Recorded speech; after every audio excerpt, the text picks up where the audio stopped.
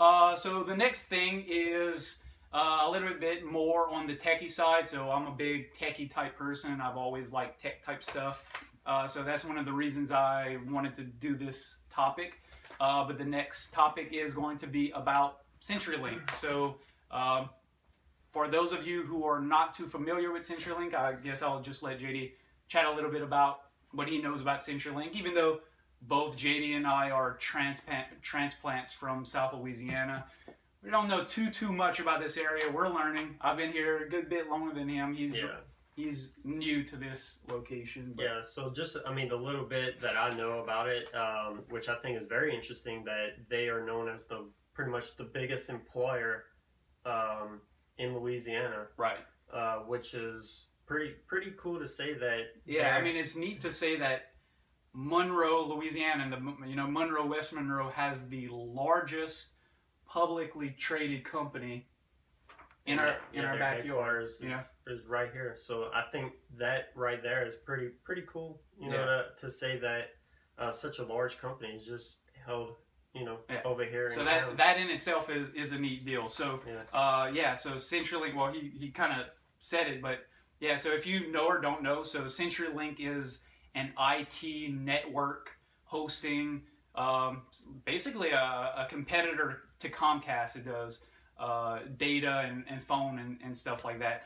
But anyway, I think it's still ranked number 3 as the largest telecommunication in the country. So it's ranked number 3 in the country.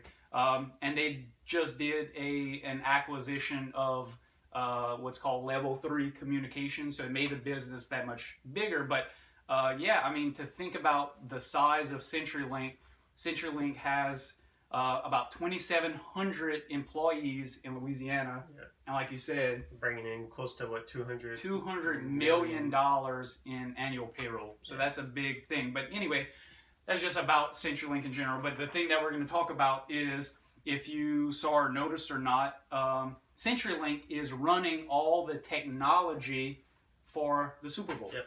So yeah, I mean, think about the Super Bowl and all the people that are going to be there. That's from running the technology, that's running the Jumbotron, but that's also all the Wi-Fi, the Wi-Fi broadcasting spots. Yeah. So I know you had mentioned about the Wi-Fi spots. So yeah, so it's pretty crazy to think that as many people that are going to be there, I think they having enough Wi-Fi spots, which I'm not sure if you know the exact amount. Yeah, it's 1,400. 1,400. So 1,400 Wi-Fi spots to have up to what, 70,000? 70,000 people at one time. So people are going to log on and log off or whatever, but 70,000 people active at one time. That's what their network's going to handle. But then on a larger scale from there, it's CenturyLink's network that is powering the streaming to all the TV networks.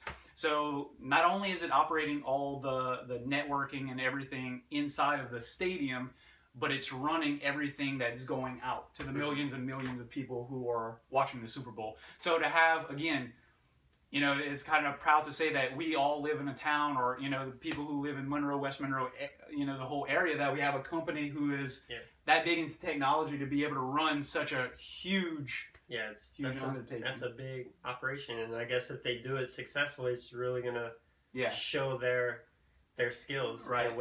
What they're capable of. I did see that because they're hosting this, or because they've been running, the stadium that they're at is the U.S. Bank Stadium. So the Super Bowl is going to be in Minnesota, U.S. Bank Stadium. But being that they've started in U.S. Bank Stadium, the stadium in, I think, is Detroit. I don't remember which stadium it's called. But the Detroit stadium is looking into CenturyLink to be able to power their stuff. So it's pretty neat. I mean, as Monroe, West Monroe, as residents, we don't really think too much about CenturyLink because we don't have the CenturyLink residential services. But I mean, CenturyLink is a huge national, multi-billion-dollar company that's housed in our backyard. And there's a lot of talk that CenturyLink might leave because of the acquisition and stuff like that. But, you know, one random thing that I was telling JD earlier about, you know, the thought of CenturyLink maybe moving out of Monroe is that we heard that, you know, why would CenturyLink locate to somewhere like Denver where Level 3 is located when the talent pool is so competitive? I mean, if you are headquartered in Denver, someone could literally get mad at a manager, walk across the street, and get employed by another big tech company. Yeah. But if they're here in this area, the competition for that talent pool, they don't have many places to go. That's right. So I mean, if you're going to move away, I mean, you're making a huge life change. So the turnover staying in this area is a huge thing. So the upper management is saying, why would we move to Denver and compete with all these other companies basically in their backyard for this talent pool? Yeah. So you know, that was a cool little thing that I heard that it makes sense. Okay. Well, I guess we'll see what happens. Yeah. Hopefully they do stay. We know that they're supposed to stay at least for the next. Well, I've heard that they're supposed to stay for at least the next couple of years, and then it's potential, you know, that they could leave. But yeah, we'll see. Hopefully they stay. It's a lot of people employed there. Oh, yeah.